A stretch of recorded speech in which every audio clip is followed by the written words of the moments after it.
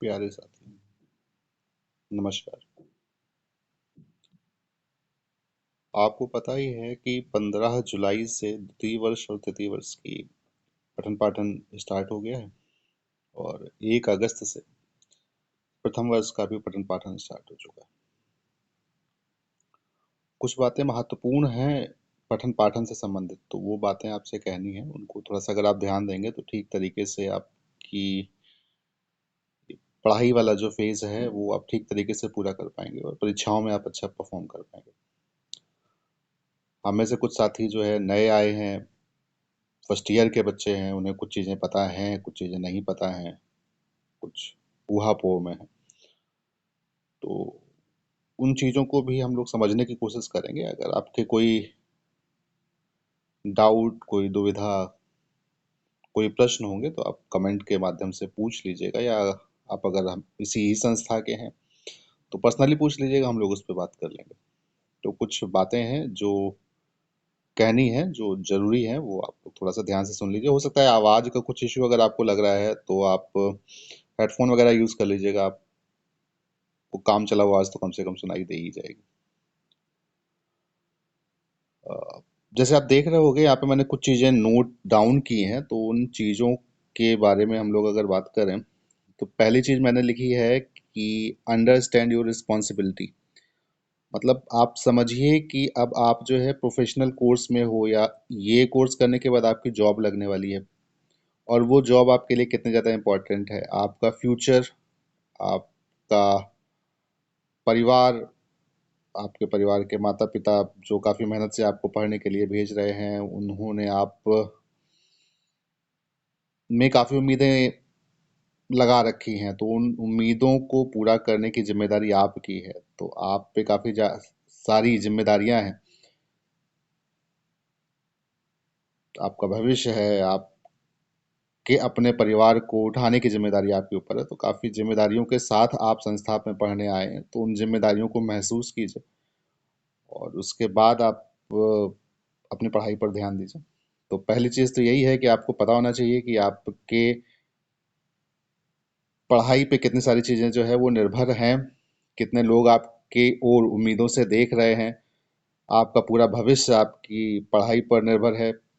आपका आने वाला समय कैसा जाएगा, वो सब कुछ आप, क्या ये जो समय है, ये जो आपके दिन, ये जो मिनट, ये घंटे जा रहे हैं, वो उस पर निर्धारित होने वाले हैं। तो ये समय बहुत महत्वपूर्ण है, इसको थोड़ा सा जो है गंभीरता से विचार कीजिएगा इस पे। तो पहली बात तो यही है कि आपको अपनी रिस्पॉन्सिबिलिटी, अपनी जिम्मेदारी को समझना होगा। दूसरी बात जो है वो है सिलेबस। आप प्रथम वर्ष में हैं, द्वितीय वर्ष में हैं, तृतीय वर्ष में हैं, आप किसी भी वर्ष में हैं, तो जब आप बोर्ड की वेबसाइट देखते हैं, बीटीयूपी की वेबसाइट देखते हैं, तो उसमें आपको सिलेबस दिखता है कि मुझे कौन कौन से विषय पढ़ने हैं, कौन से विषय कितने अंक के हैं, कौन से विषय में कितनी क्लासेस होनी है, उन विषयों में क्या क्या चीज़ें हमें पढ़नी है। तो कहा जाता है कि कोई भी विषय आप पढ़ रहे हो, कोई भी एग्ज़ाम की आप तैयारी कर रहे हो, तो आपके लिए सबसे महत्वपूर्ण होता है सिलेबस क्या है। आप जब परीक्षा देने जाओ, या जब आप किसी पाठ को पूरा कर लो, तो आप ये देखो कि उसके सिलेबस में जो कुछ भी लिखा था वो मुझे आता है कि नहीं आता है। तो ये चीज़ इम्पोर्टेंट है कि आप ये देखना सीख जाएं कि किसी विषय का सिलेबस क्या है, और वो विषय पढ़ लेने के बाद, उस पाठ को पढ़ लेने के बाद, क्या आपको उसके अंदर, उसके सिलेबस के अंदर जो भी बातें आपको जाननी चाहिए थी वो आप जान पाए या नहीं जान पाए। तो ये चीज़ भी इम्पोर्टेंट है। आप अपने सिलेबस, आप ये मत देखिए कि किताब में क्या लिखा हुआ है, आप ये मत देखिए कि टीचर ने आपको क्या पढ़ाया है। आप ये देखिए कि जो उस विषय का, उस पाठ का सिलेबस था, वो आपको समझ आया या नहीं आया। तो सिलेबस एक काफ़ी इंपॉर्टेंट चीज़ है। कभी भी कॉम्पिटेटिव एग्जाम की आप तैयारी कर रहे होंगे, कभी भी आप कुछ और बड़ी उच्च शिक्षा में होंगे, तो आप हमेशा ही ये ध्यान दीजिएगा कि आपका सिलेबस जो है वो आपका सबसे महत्वपूर्ण चीज़ है, जो आपको बताती है कि आपके उस विषय की, उस पाठ की तैयारी कैसी है। तो सिलेबस के अंदर के जो भी कंटेंट है वो आपको उस पाठ को पढ़ लेने के बाद ठीक तरीके से समझ में आने लगने चाहिए। तो ये चीज़ आपको देखनी होगी। तो सिलेबस वाली बात भी कुछ कुछ समझ आती है आपको।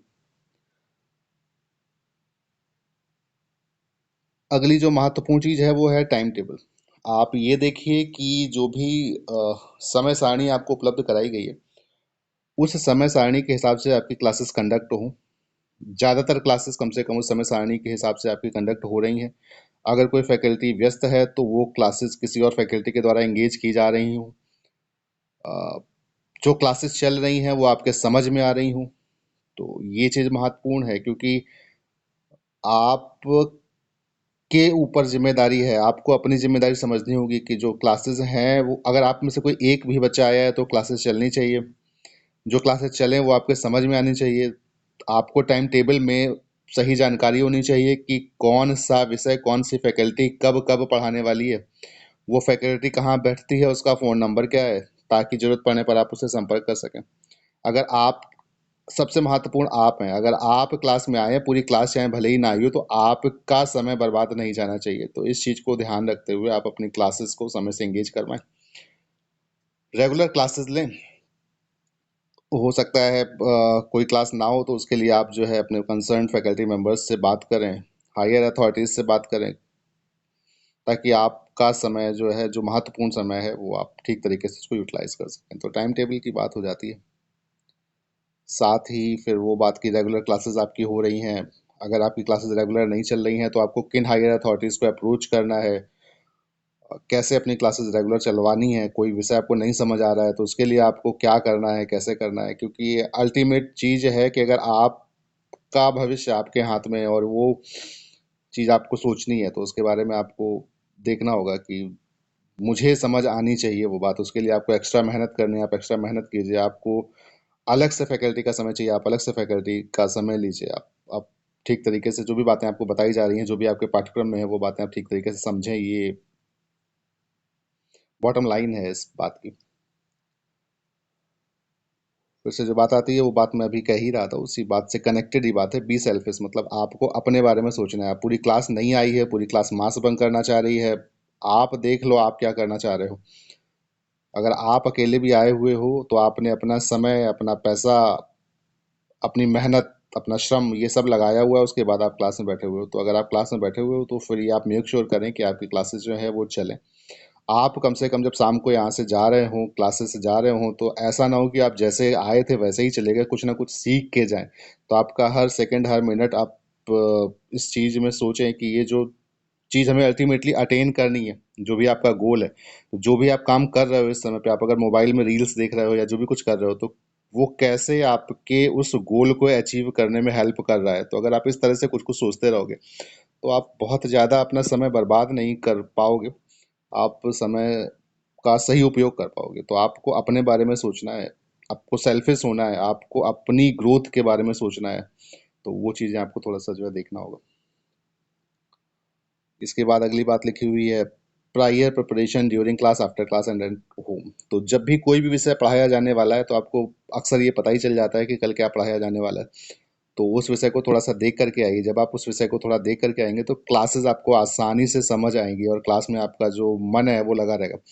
तो वो विषय आप देख करके आइए। क्लास में कई बार ऐसा होगा कि कोई विषय आपको नहीं भी समझ में आ रहा होगा, तो ऐसी स्थिति में भी आप क्लास में मन लगाए रखिए। ऐसा मत कीजिए कि आप मोबाइल देखने लगे या कॉपी के पीछे कुछ कुछ गैर जरूरी चीज़ें लिखने लगे। तो वो चीज़ आप देखिए कि क्लास के दौरान आपको कई बार नहीं भी समझ में आ रहा है तो भी आप समझने की कोशिश करते रहें। क्लास के बाद अपने साथियों से आप कंसल्ट करें। अगर कोई बात आपके नहीं समझ में आई है, फिर भी नहीं समझ आ रही है, आप टीचर से पूछें, फिर भी नहीं समझ में आ रही है, आप घर पे जाकर के उसको इंटरनेट के माध्यम से या किन्हीं अन्य माध्यमों से देखने की कोशिश करें। उसके बाद नहीं समझ आती, अगले दिन सुबह आप आकर के कंसर्न फैकल्टी मेंबर से मिल के उन बातों को अ, अ, समझें। लेकिन ये ज़रूरी है कि कोई भी बात जो है वो अगर कही जा रही है तो वो आपके समझ में आनी चाहिए। तो ये चीज़ आप लोग देखें, इस पर भी काम करें। अगली जो महत्वपूर्ण बात है वो कही गई है, सॉरी, मेक इंडिविजुअल कॉपी। कई बारी कई लोग क्या कर रहे हैं कि एक ही कॉपी लेकर के आ रहे हैं और उस एक कॉपी में ही सारे विषय लिख रहे हैं। तो ऐसा करने से बचिए। आप हर विषय की अलग कॉपी बनाइए। मैं ये नहीं कह रहा कि आप फेयर या महंगी कॉपी बनाइए, आप सस्ती कॉपी बनाइए, लेकिन अच्छी सलीके से लिखिए। आ, होगा क्या कि जब आपको आखिर में रिवीजन करना होगा तो ये कॉपी आपको काफ़ी सहायता करेगी। रफ जैसी कॉपी जिसमें आपने सभी विषय लिखे हैं, तो मानिए आपने जैसे अभी वर्तमान में 5th सेमेस्टर में आपने थ्योरी ऑफ मशीन पढ़ा, उसके ठीक पीछे आपने मशीन डिज़ाइन लिख दिया, उसके बाद आपने प्रोडक्शन टेक्नोलॉजी लिख दिया। तो जब आप रिवाइज करने जाएंगे तो आपकी कॉन्टिन्यूटी ब्रेक हो जाएगी, और जब कॉन्टिन्यूटी ब्रेक होती है तो फिर पढ़ने में मन नहीं लगता है। तो कोशिश कीजिए कि आप जो है हर विषय की एक कॉपी बना रहे हो, और वो कॉपी सलीके से बना रहे हो, ठीक राइटिंग में लिख रहे हो, साफ सुथरा लिख रहे हो। तो ये चीज़ आप देखिए कि हर विषय की कम से कम एक अलग कॉपी आपने बनाई हो। अगली बात है revision every time while turning the pages. अब इसमें ये बात मुझे कहनी है कि जब आप मान लीजिए अपनी कॉपी का चौथा चैप्टर पढ़ रहे हैं या चौथा पन्ना पढ़ रहे हैं, तो आप चौथे पन्ने में सीधे ना जा करके पहला, दूसरा, तीसरा और तब चौथे में जाइए, और पहले पन्ने को थोड़ा सा देखिए इस पन्ने में क्या लिखा हुआ है, दूसरे पन्ने को देखिए, तीसरे पन्ने को देखिए। शुरुआत में आपको समय ज़्यादा लगेगा, शुरुआत में हो सकता है आपको चौथे पन्ने में जाने में 20 मिनट लग जाए। जब उसके बाद आप पढ़ रहे होगे तो आपको उस चौथे पन्ने में जाने में जो है 10 ही मिनट लगेंगे, उसके बाद आपको जाने में 5 ही मिनट लगेंगे, 2 मिनट लगेगा, फिर 30 सेकंड में भी आप एक पेज को रिवाइज कर पाएंगे। तो जितनी ज़्यादा बार आप कोई चीज़ रिवाइज करते हैं वो चीज़ उतनी ज़्यादा आपके आत्मसात हो जाती है। तो इस चीज़ को आप लोग ध्यान दीजिए, क्योंकि अल्टीमेटली क्या नया पढ़ा से ज़्यादा जरूरी होता है जो आपने पढ़ा है वो आपको ठीक तरीके से पता है कि नहीं पता है। तो आपको हर बार रिवीजन जरूर करते रहना है, क्योंकि हम लोगों की फॉरगेटिंग स्पीड भी काफ़ी ज़्यादा होती है, हम लोग बहुत ज़्यादा तेज़ी से चीज़ों को भूलते जाते हैं। तो अगर हम लोग रिवाइज नहीं करेंगे तो एक तरफ से हम नया पढ़ते जाएंगे, दूसरी तरफ से हम पुराना भूलते जाएंगे। उसके बाद जब परीक्षा का समय आएगा तो सब कुछ आपको धुआं धुआं सा लगेगा, आपको लगेगा हाँ यार ये पढ़ा है लेकिन समझ में याद नहीं आ रहा है। तो वो याद आपको तभी रहेगा जब आपने बार बार उस चीज़ का रिवीजन किया होगा। तो इस चीज़ को थोड़ा सा देखिए और रिवाइज करते रहिए। आप कभी भी जो है अपनी कॉपी अगर पलट रहे हैं तो उसके पहले, दूसरे, तीसरे, चौथे, पांचवें, छठे पन्ने को एक एक पन्ना वार पलटिए, और उसको जब आप बार बार देखेंगे, बार बार पढ़ेंगे, तो उसको आपको समय बहुत कम लगेगा, आप बहुत कम समय में अपना रिवाइज कर पाएंगे, और परीक्षा के दिनों में भी आपको बहुत कम मेहनत में आप बहुत अच्छे परिणाम प्राप्त कर सकते हैं। तो वो चीज़ आपको देखनी होगी। अगली बात लिखी हुई है try to utilize every second. तो वो बात मैंने आपसे पहले भी कही भी है कि भाई आप ये देखिए कि आप जो कुछ भी अभी कर रहे हैं उस वो कैसे आपके गोल को अटेन करने में आपकी हेल्प कर रहा है। आपके पास जो समय है आप उसको जो कर रहे हैं उससे बेहतर यूटिलाइज कर सकते हैं कि नहीं कर सकते। आप अगर बातें कर रहे हैं तो क्या आप उस समय में यूट्यूब पे कुछ अच्छा देख सकते हैं क्या आप, क्योंकि आजकल जो है पढ़ने के लिए कई बार बहुत ज़्यादा फैकल्टी की ज़रूरत भी नहीं पड़ती। इंटरनेट में बहुत सारा कंटेंट, बहुत सारी इन्फॉर्मेशन पड़ी हुई है। तो आप जो है उस इन्फॉर्मेशन को अवेल कर सकते हैं। एनपीटेल के लेक्चर्स पड़े हुए हैं। आप कुछ भी लिख करके आप इंटरनेट पे या यूट्यूब पे सर्च करते हैं, आपको उससे रिलेटेड अच्छा कंटेंट मिलता है। आपको अंग्रेजी भाषा में दिक्कत है, आप इन हिंदी लिख करके टाइप कर दीजिए तो आपको हिंदी भाषा में अच्छा कंटेंट मिल जाता है। तो आप जो समय बर्बाद कर रहे हो उस समय को उससे बेटर यूटिलाइज अगर कर सकते हो तो कोशिश करो कि आप उसको बेटर यूटिलाइज करो। तो वो चीज़ आप देखो कि आपका समय जो है ठीक तरीके से यूटिलाइज हो रहा है या नहीं हो रहा है। जैसे मैंने बात अभी कही भी कि इंटरनेट, यूट्यूब, एनपीटेल पे तमाम सारे जो हैं अच्छे फैकल्टी मेंबर्स के बढ़िया सारे बड़े अच्छी भाषा में और अच्छे कंटेंट के साथ में लेक्चर, शॉर्ट्स, कई सारी चीज़ें, नोट्स सब अवेलेबल है। तो उसको जो है आप थोड़ा सा अगर देखेंगे तो वो चीज़ें जो है आपके लिए अच्छा रहेगा। तो उन चीज़ों को भी देखिए। तो यूटिलाइज एवरी सेकेंड ये बात हम लोगों ने कर ली है। इसके बाद हम लोगों ने इंटरनेट, यूट्यूब, एनपीटेल पे जो भी रिसोर्सेज अवेलेबल हैं वो रिसोर्सेज आप अपनी फैकल्टी से भी पूछ सकते हो कि क्या और रिसोर्सेज है जिसको हम यूटिलाइज कर सकते हैं, जहाँ पे जिनको हम एक्सप्लोर कर सकते हैं। तो वो रिसोर्सेज आपको पता होंगे तो आप अपने समय का बेहतर उपयोग कर पाओगे, इंटरनेट का बेहतर उपयोग कर पाओगे। तो वो चीज़ आप आजकल तो आप लोग देख ही रहे हो कि वो चैट जीपीटी और एआई और वो सारी चीज़ें भी आ रही हैं, तो आप और बेहतर तरीके से अपने आंसर्स, अपनी समझ को डेवलप कर सकते हो। तो ये चीज़ हो जाती है। इसके बाद एक आखिरी इम्पॉर्टेंट चीज़ ये भी है कि आप एक्स्ट्रा करिकुलर एक्टिविटीज़ में जो भी संस्था में आपके हो रही हैं, जो भी एससीए की क्लासेस हो रही हैं, जो भी स्पोर्ट्स होने वाले हैं या जो हो रहे हैं, या कुछ भी अगर एक्सटेम्पोर जैसा कुछ हो रहा है या जो कुछ भी हो रहा है उसमें आप पार्टिसिपेट कीजिए। अपनी सेहत का ध्यान रखिए, अच्छा खाइए, अच्छा पहनिए, अच्छा पढ़िए, और ये एक्स्ट्रा करिकुलर एक्टिविटीज़, स्पोर्ट्स वगैरह सभी तरह के इवेंट्स में भाग लीजिए, जो क्योंकि आप में बहुमुखी प्रतिभा, मतलब जिसको कहते हैं, मतलब ओवरऑल डेवलपमेंट के लिए जो है हर चीज़ जरूरी है। तो आप केवल केवल पढ़ाई ही मत करते रहिए। अगर आपको मौका मिल रहा है कुछ और चीज़ों में भी अपने आप को एक्सप्लोर करने का, तो वो ज़रूर कीजिए।